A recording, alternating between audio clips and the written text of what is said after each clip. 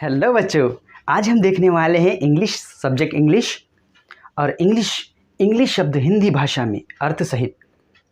तो हम बच्चों ये देखने वाले हैं हिंदी भाषा में इंग्लिश वर्ड्स को किस तरह लिखते हैं और उसका अर्थ क्या होता है और उसको इंग्लिश के में हम किस तरह लिखते हैं, ये देखने वाले हैं।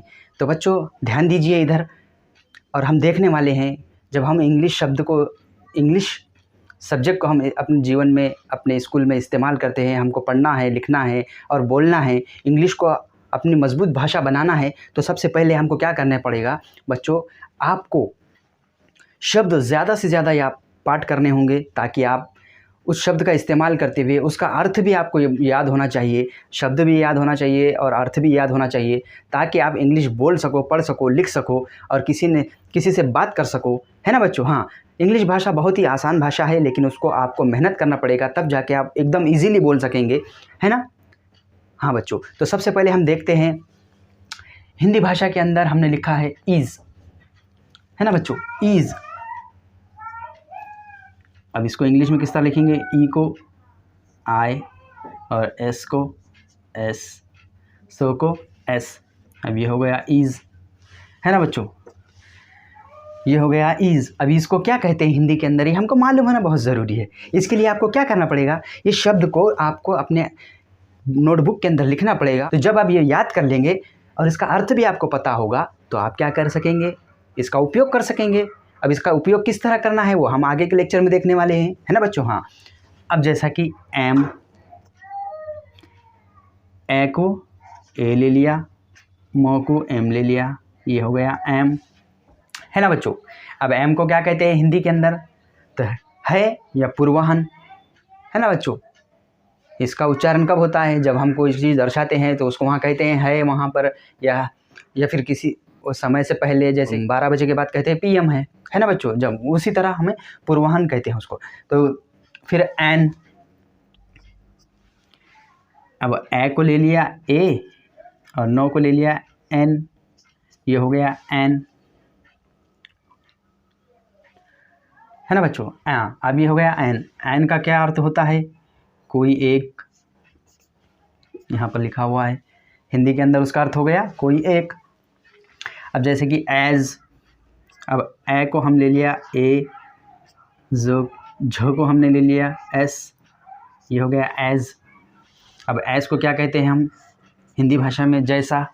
इसका उपयोग कब होता है, कोई चीज़ हमको बताना है या फिर हमें कुछ कहना है कि ऐसा नहीं ऐसा, है ना बच्चों, इसके जैसा, ये वस्तु के जैसा, इसको जब हम दर्शाते हैं तो वहाँ पे क्या लगता है, एज लगता है। तो ये हम बाद में लेक्चर में देखने वाले हैं, सामने लेक्चर में देखने वाले हैं इसका इस्तेमाल, ये वर्ड्स का इस्तेमाल, इस शब्द का इस्तेमाल कैसे करना है। ये बच्चों आपको याद करना होगा। ये शब्द जब आप याद करेंगे हिंदी के अंदर, इंग्लिश के अंदर, और उसका अर्थ भी आपको पता हो, तब आप इसका यूज़ कर सकते हैं। और यूज़ किस तरह करना है वो हम नेक्स्ट लेक्चर में देखने वाले हैं। चलो इसी तरह act, at, A T, at, A को ए ले लिया, ट को टी ले लिया, एट। एट को क्या कहते हैं हम, पर। हिंदी में क्या उसका अर्थ निकलता है, पर। ऑन, अब ओ को हमने ओ ले लिया, न को हमने एन ले लिया, ऑन। और ऑन का अर्थ होता है हिंदी भाषा में चालू या पर, है ना। जैसे कि हम घर के अंदर कहते हैं, पापा कहते हैं सूरज बेटा फ़ैन ऑन करो, है ना।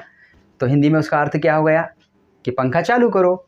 इसी तरह, या फिर मम्मी कहती है बेटा आप पढ़ाई कर रहे हैं तो आप सबसे पहले क्या कीजिए, लाइट को ऑन कीजिए ताकि आपको पढ़ने में दिक्कत ना हो, है ना, ऐसा कहते हैं ना बच्चों। हाँ, उसी तरह हम डेली अपने लाइफ में अपने मम्मी पापा के साथ, अपने इस समाज में हम जब भी रहते हैं, स्कूल के अंदर, हम बहुत सारे ऐसे शब्द बोलते हैं बच्चों जो कि इंग्लिश वर्ड होते हैं, है ना बच्चों। इंग्लिश वर्ड होते हैं लेकिन हमारे समझ में नहीं आता है कि हमने इंग्लिश का उपयोग किया है, इस्तेमाल किया है।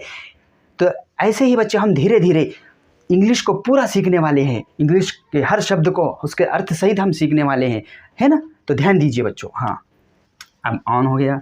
अब एक्ट, अब एक्ट को कैसा लिखेंगे, ओ को क्या ले लिया हमने, ए ले लिया, को सी ले लिया, और टो को क्या ले लिया, टी ले लिया। अब ये हो गया एक्ट। अब एक्ट को हम हिंदी के अंदर क्या कहते हैं वो देखते हैं। एक्ट को कहते हैं हम कृति या कार्यवाही करना, है ना बच्चों।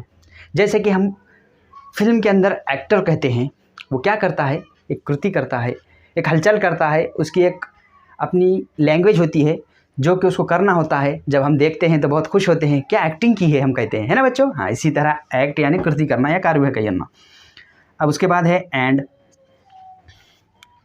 एक ओ को हमने ए ले लिया, यहाँ पर चंद्र में नो है तो उसको हम क्या करेंगे, अनुस्वार को एन, उसकी आवाज़ किस तरह निकलती है, नो की आवाज़ निकलती है, तो हम ले लिया ओ, एन, ओ को ए ले लिया, नो की आवाज़ निकलती है एन ले लिया, और डो को डी लिखेंगे, एंड। तो एंड को हम हिंदी में क्या कहते हैं बच्चों, तथा, है ना बच्चों। इस तरह से आप जब ये शब्द सामग्री को आप याद करेंगे, जितने ज़्यादा वर्ड्स आप याद करेंगे उतना आपका फ़ायदा होगा, और आप इंग्लिश को एकदम इजीली बोल सकेंगे, पढ़ सकेंगे, लिख सकेंगे, किसी से वार्तालाप कर सकेंगे, है ना बच्चों। हाँ, अब जैसे कि देखो बच्चों आगे अ और ये गो को एगो, है ना बच्चों।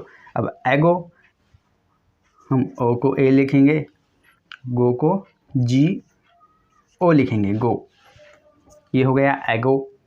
अब एगे को हिंदी के अंदर हम क्या कहते हैं बच्चों, तो सबसे पहले क्या कहते हैं, पहले। एगो यानी पहले, आफ्टर यानी बाद, है ना बच्चों। हाँ, इसी तरह एज, ए को हम ए लिखेंगे, जो को क्या लिखेंगे, जी ई, है ना बच्चों। एज, ये हो गया एज। अब एज को हम क्या कहते हैं हिंदी भाषा में, क्या कहते हैं बच्चों, आयु कहते हैं, उम्र कहते हैं, है ना बच्चों। हाँ, आपको इस तरह के वर्ड्स के मीनिंग अर्थ सहित आपको मालूम होना चाहिए ताकि आप इसका उपयोग कर सके और आगे बढ़ सके।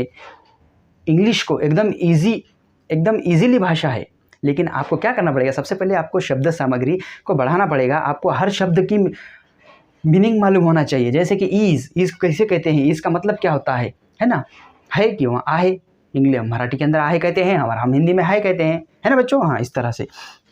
आगे एम, है ना बच्चों, ए को हम ए लिखेंगे और यहाँ पे आई की आवाज़ आती है तो आई लिखेंगे, और एम, ये हो गया एम।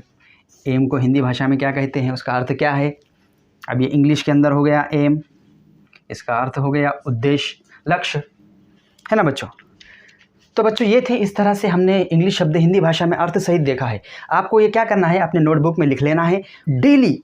ये जो हमने 11 शब्द देखे हैं, इसको आपको क्या करना है, रीड करना है, पढ़ना है और याद करना है। आपको भूलना नहीं है। आपको लाइफ के अंदर ये शब्द डेली आपके यूज़ में आने वाले हैं। आप किसी को बात करने वाले हैं या कोई चीज़ आपको बताना है इंग्लिश के अंदर, तो आपको ये शब्द का इस्तेमाल करना ही होगा। इसीलिए आप ये इस तरह से माइंड सेट कर लीजिए ताकि आप कभी भूल ना सके। और इसको हिंदी में भी, इंग्लिश में भी। अब इंग्लिश में हम इस तरह लिखते हैं स्पेलिंग के साथ, और उसका अर्थ ये होता है हिंदी में, अब है ना बच्चों। तो अब ये याद कर लेंगे, और याद करके इसका इस्तेमाल हम किस तरह से आगे हमको करना है, वर्ड्स के अंदर, लाइन के अंदर किसी चीज़ को हमको बताना है, तो उसको भी हम आगे लेक्चर में देखने वाले हैं ना बच्चों। समझ में आ गया ना बच्चों। हाँ, आपकी समझ में आना बहुत ज़रूरी है। तो मिलते हैं नेक्स्ट लेक्चर में। बाय बच्चों।